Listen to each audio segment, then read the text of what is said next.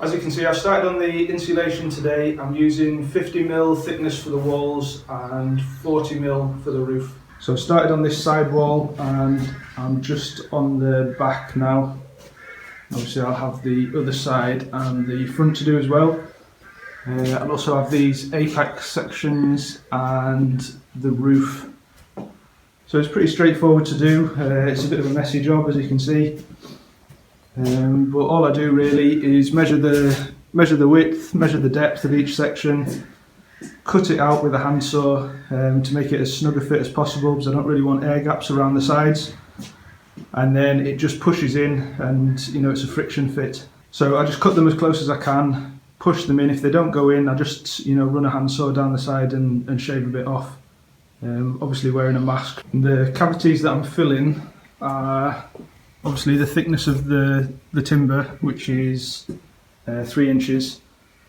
So the insulation fits with a gap at the front here. I decided to leave the gap at the front rather than at the back, just because it'll allow the any cabling and stuff to be in that area, in that void. I know some people say there should be an air gap behind the insulation boards, so they would argue that I should have put the insulation boards level with the front of the beams and left the air gap at the back between these boards and the insulation. So I don't know how important that is. I've decided against it, but feel free to let me know in the comments if you think I've done the wrong thing. This is just a sort of outdoor cabin type studio room, so I'm not massively concerned that the insulation is super duper. It just has to be good enough, really. There'll probably be some I think they call it thermal bridging from the posts as well, because obviously they run from the outside in, so I don't know whether there'll be some heat loss through these posts. But again, you can let me know in the comments if you think there's something I should have done differently to avoid that. So I'm going to continue working my way around and I'll show you how I'm doing it.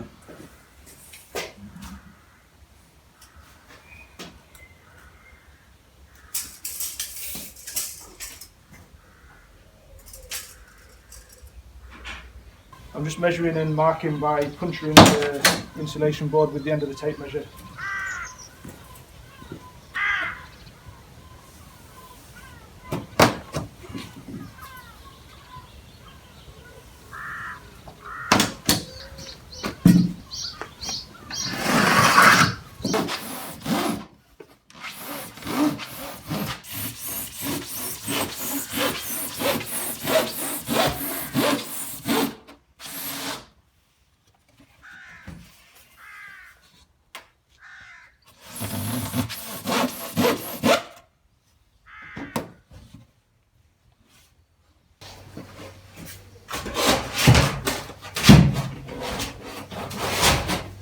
So as I say, often they're just a little bit too big, so I'll just shave a little bit off where needed with the handsaw.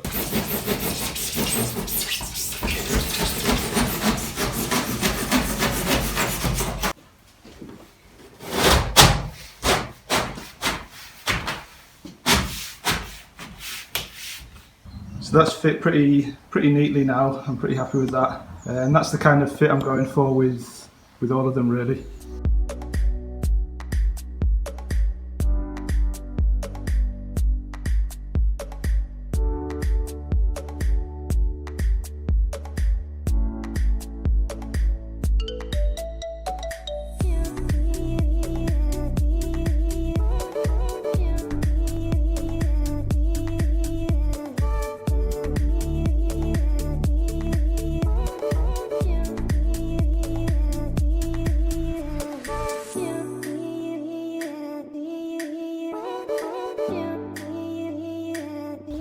I'm getting there now. I've done all the walls right up to the apex, and I'm just starting on the ceiling. I haven't filmed a huge amount just because it's pretty boring, to be honest. I'm literally just cutting them to size and pushing them in.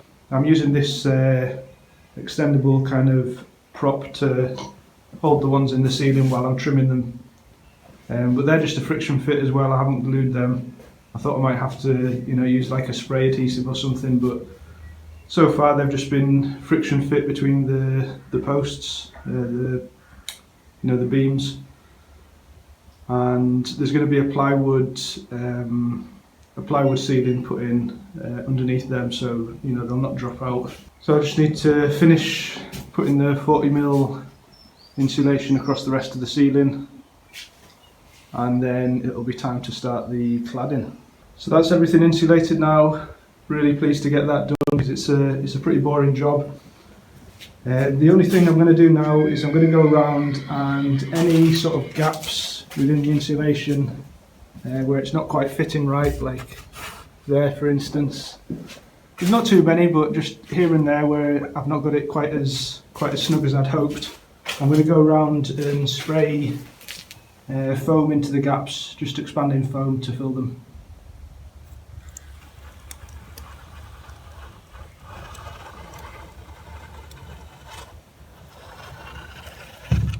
There's one or two sections where I've used offcuts of the insulation board, and I'm just going to go along and tape the joins with this metallic tape now.